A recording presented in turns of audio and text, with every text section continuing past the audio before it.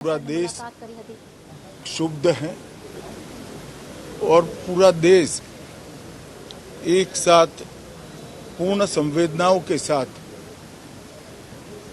ये जो दुर्भाग्यपूर्ण हादसे में पैसेंजर हताहत हुए हैं, इनके परिजनों के साथ खड़ा है। सबसे पहले मैं भारत सरकार, गुजरात सरकार, भारत सरकार के प्रधानमंत्री जी और गुजरात सरकार की ओर से भी जो लोग हताहत हुए हैं, इनके परिजनों के प्रति गहरी संवेदना व्यक्त करता हूं। 10 ही मिनटों में हादसे के भारत सरकार के पास सूचना पहुंची। तुरंत ही मैंने मुख्यमंत्री जी, यहाँ के गृह मंत्री, होम डिपार्टमेंट के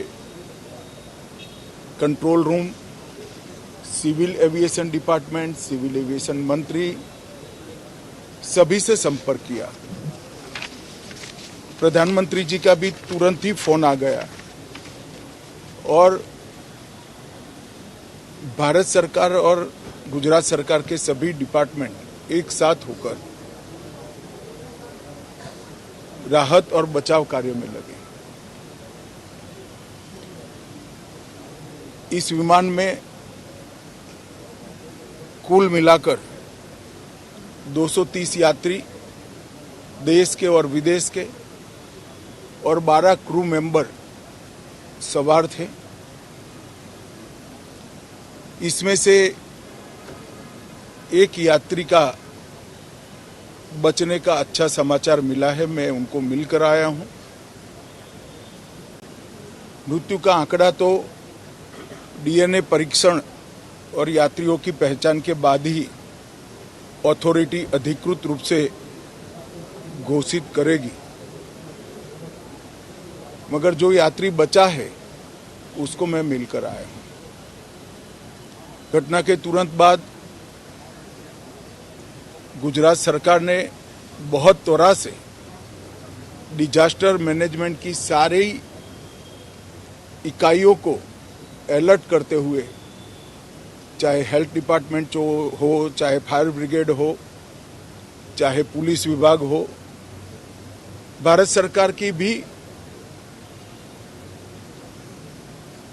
सीएपीएफ को संपर्क कर सभी ने एक साथ मिलकर राहत और बचाव का कार्य चालू किया। मगर 1.25 लाख लीटर ईंधन जो विमान के अंदर ही था और लगभग गर्मी, तापमान इतना ऊंचा हो गया कि किसी को बचाने की मौका ही नहीं मिला।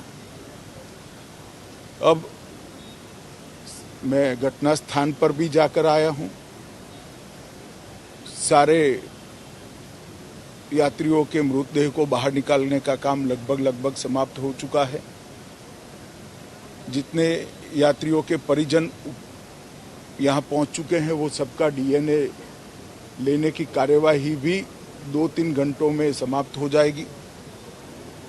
विदेश में जिनके परिजन हैं, उनको सूचना देने की कार्यवाही समाप्त हो चुकी है और जैसे ही पहुंचते हैं उनके भी डीएनए सैंपल लिए जाएंगे और मृतदेहों की पहचान के लिए जितने मृतदेह मिले हैं, इनके भी डीएनए सैंपल लेने की कार्यवाही समाप्त हो चुकी है।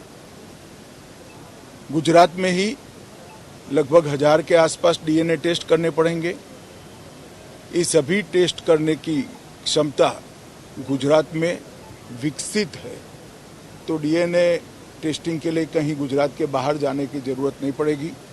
गुजरात की एफएसएल और नेशनल फॉरेंसिक साइंस यूनिवर्सिटी दोनों मिलकर कम से कम समय में डीएनए का परीक्षण पूरा करने के बाद परिवारजनों को अपना मृतदेह, परिजन का मृतदेह सौंपने का काम करेंगे। उनके रहने की सुविधा, उनकी सांत्वना की सुविधा, जिनको मेडिकल प्रॉब्लम ट्रॉमा के कारण हुए इनकी मेडिकल की सुविधा, ये सारी व्यवस्था बहुत सुचारू रूप से हो चुकी है। अभी रिव्यू मीटिंग में सारी व्यवस्थाओं को हम सब मंत्रियों ने साथ में मिलकर देखा है। एविएशन डिपार्टमेंट ने अपनी जांच शुरू कर दी है और जांच तेजी से आगे बढ़े, इसके लिए भी एविएशन मंत्री जी ने सूचनाएं दी है। मैं फिर से एक बार राहत काम में जिन जिन एजेंसियों ने त्वरा के साथ बचाव और राहत का काम किया, वो सभी का धन्यवाद करना चाहता हूं। और फिर से एक बार जिन्होंने अपने परिजनों को गंवाया है, हताहत हुए हैं, वो सभी को मनपूर्वक संवेदनाएं व्यक्त करता हूं। मैं एक बार जरूर कहना चाहता हूं कि ये एक्सीडेंट है, एक्सीडेंट को कोई रोक नहीं सकता, परंतु 365 दिन 24 घंटा इस तरह की घटना के लिए प्रशासन का जो अलर्टनेस है, उसकी कसौटी उसी वक्त होती है जब ऐसी घटनाएं होती है। और आज गुजरात के डिजास्टर मैनेजमेंट की तैयारियों का एक प्रकार से दुर्भाग्यपूर्ण तरीके से मगर कसौटी हुआ और बहुत त्वरा के साथ यहाँ पर काम किया गया, वो पूरे देश के मीडिया के सामने और परिजनों के सामने भी आया है। अंत में मैं फिर से एक बार सम्माननीय प्रधानमंत्री नरेंद्र मोदी जी की ओर से, भारत सरकार और गुजरात सरकार की ओर से सभी हताहत लोगों के परिजनों के प्रति गहरी संवेदना व्यक्त करता हूं। धन्यवाद।